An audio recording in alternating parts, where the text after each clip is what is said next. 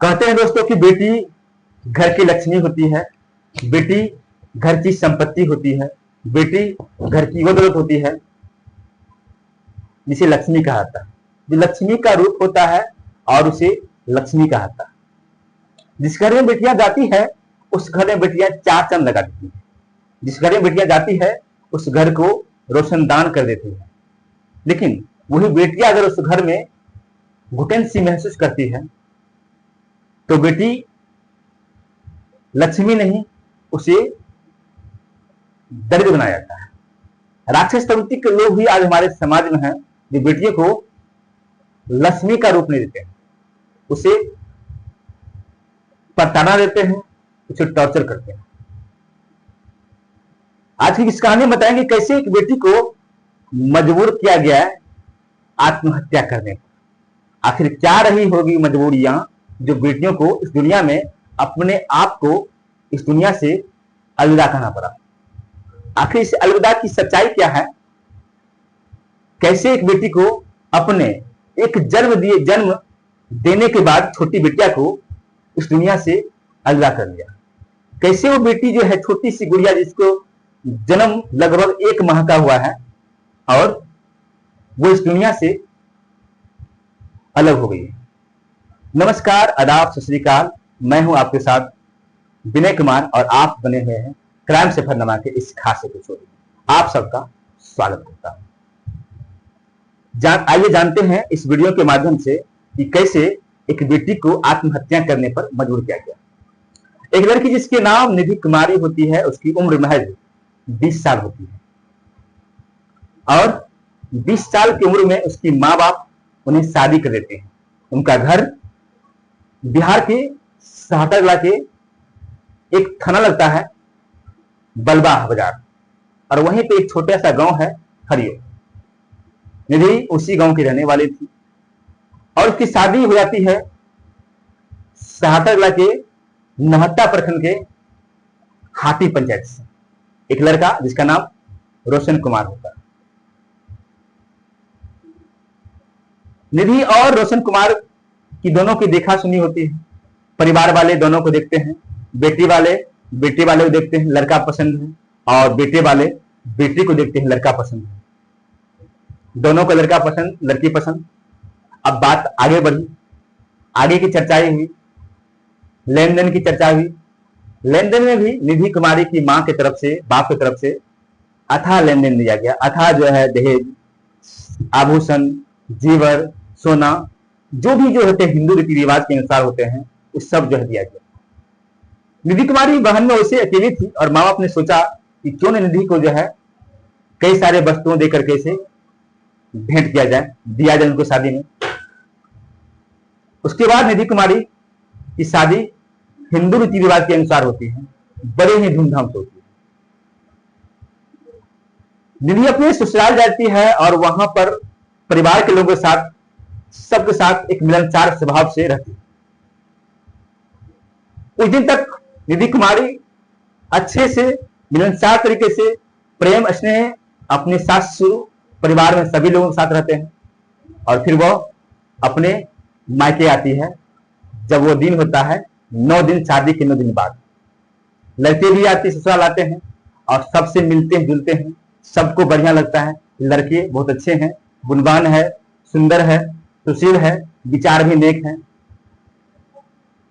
उसके बाद फिर निधि कुमारी को यहां से मायके से उनको ससुराल ले जाते हैं उनके पति रोशन कुमार। जब रोशन कुमार के साथ उनकी पत्नियां जाती है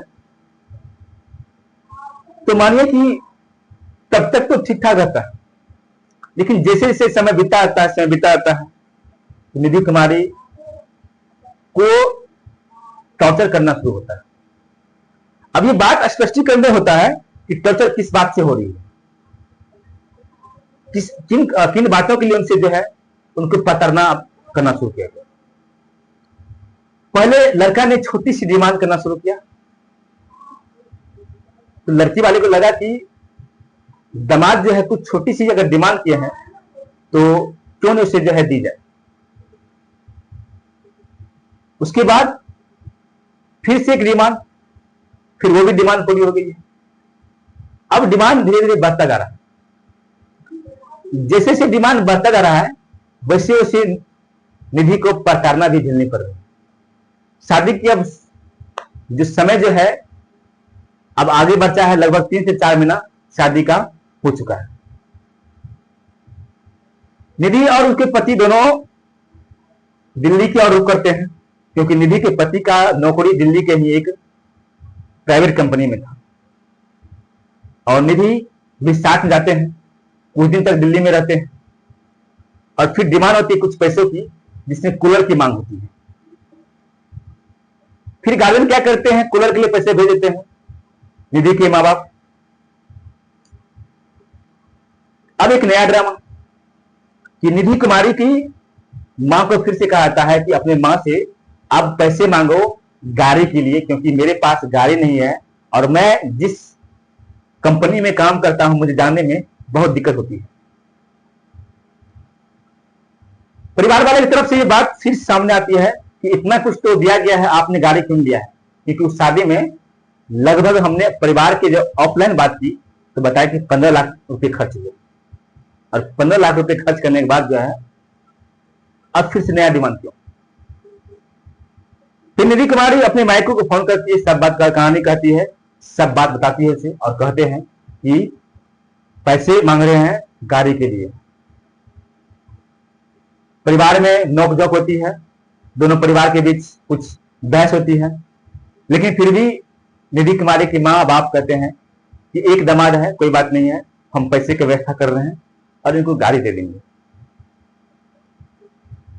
ये मामला यहीं तक सीमित नहीं रहा, ये मामला अब आगे बढ़ता चला गया। उस समय निधि प्रेग्नेंट होती है और निधि के पेट में जो है लगभग 3 से 4 महीने का बच्चे भी हो जाता है।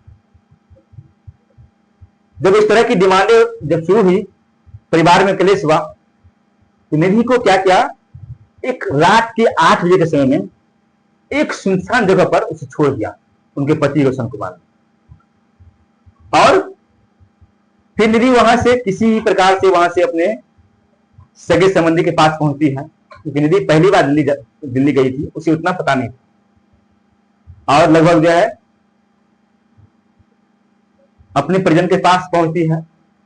फिर अगले दिन सुबह उसे ट्रेन में बैठा देती है और फिर निधि दिल्ली चली आती है और निधि जो है बिहार चली जाती है दिल्ली से।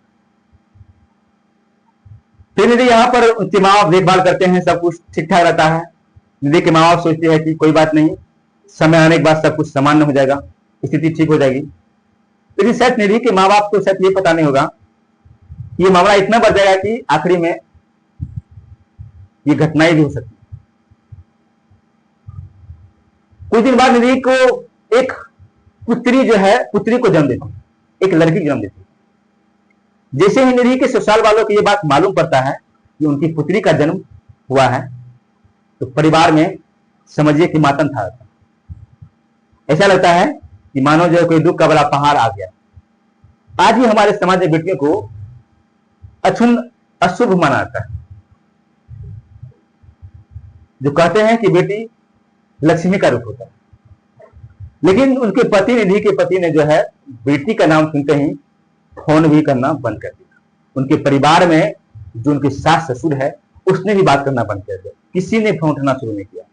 अब कुछ दिन बाद फिर एक नई डिमांड आती है और वो डिमांड होता है कि क्योंकि आपको एक बेटी हुई है तो अब 10 लाख टका और आपको देना पड़ेगा, क्योंकि उनके शादी में पैसे खर्च होंगे और वो पैसे हम नहीं दे पाएंगे, वो पैसे आपको माता पिता देना पड़ेगा। निधि को लगता है कि ये मामला बढ़ता जा रहा है और इस मामला को कैसे दबाया जाए, इस मामला को कैसे खत्म किया जाए। निधि को यह भी लगता है कि ये मामला अगर ऐसे बढ़ता रहेगा तो फिर मेरे माँ बाप कहां से पूरा कर पाएंगे। लेकिन दिल्ली के आने के बाद निधि एक तरह से घूंगी गुड़िया बन चुकी थी, क्योंकि निधि जो चंचल, जो स्वाभाविक, जो दिखती थी, बोली में उसकी जो मिलनसार थी, प्रेमता थी, वो एक गूंगी गुड़िया से बन गई। दिल्ली में निधि को इतना टॉर्चर किया गया कि निधि अवाक हो गई है और कुछ ही बोलने से अपने आप को खुद कर गई। ऐसा परिवार के लोगों जो है आरोप लगाया था और फिर निधि को लगा था कि इस जब तक अगर हम रहेंगे तब तक मेरे साथ ऐसा ही होता रहेगा। इससे बेहतर है इस दुनिया से अपने आप को खत्म कर लेना। फिर निधि के दिमाग में एक खुरपाती सी विचार आई। जब घर में कोई नहीं था, माए भी नहीं थी, कोई भी परिवार घर में नहीं था, तो वो निधि ने अपने आप एक कमरे में बंद किया और फिर जिसका डर था, जिस बात को शायद तनिक सी पता भी नहीं था किसी को, वही चीज हुआ है। और फिर निधि इस दुनिया से अपने आप को अलग कर लिया। और निधि जाते जाते अपनी एक छोटी सी बेटी, जिसकी महज उम्र 1 माह भी नहीं हुआ है, और शादी की सालगिरह की महज 2 दिन पहले निधि ने अपने आप को इस दुनिया से अलविदा कर दिया। बाकी परिजनों का जो है रो रो कर बुरा हाल, उसमें भी एक बेटियां। और इस तरह के अगर स्थिति मिलेंगे तो सोच सकते हैं कौन अपनी बेटी को जो है कैसे शादी करेंगे, और कैसे इतनी सारी जो है दहेज बंद है फिर भी दे रहे हैं।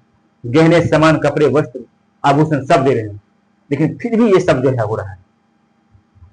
आज इस कहानी का मेरा मुख्य मकसद था बताने का कि अगर आप भी एक बेटे वाले हैं तो आप भी पढ़ लीजिए कि दहेज देना नहीं चाहिए। अगर आप भी एक बेटे वाले हैं तो कहावत है, खुशी का दान महाकल्याण। अगर लड़की वाले स्वच्छता से अगर कुछ दे रहे हैं तो आप उसे स्वीकार कीजिए, अगर नहीं भी दे रहे हैं तो भी आप स्वीकार कीजिए, क्योंकि बेटियों को बोझ बनने मत दीजिए, ताकि कल का कोई भी और गार्जियन, कोई भी और माँ बाप जो है बेटी को भ्रूण हत्या नहीं कर पाए, बेटी को कोख में ही नहीं मार पाए। क्योंकि अगर इस तरह से रवैया अगर बनता रहा तो हमारे समाज में, हमारे देश में, हमारे राज्य में ये सब आम बात हो जाएगी। इसीलिए संकल्प लीजिए कि कम से कम अपने बेटियों को सुरक्षा कीजिए और बेटी की शादी में दहेज मत लीजिए। इस वीडियो के बारे में आप सब क्या कहना चाहते हैं? आप सबकी क्या राय? हमारे कमेंट सेक्शन में जरूर रखिएगा बात। और क्राइम सफरनामा के खास एपिसोड में फिर मिलते हैं किसी दूसरी वीडियो के साथ। तब तक के लिए जय हिंद,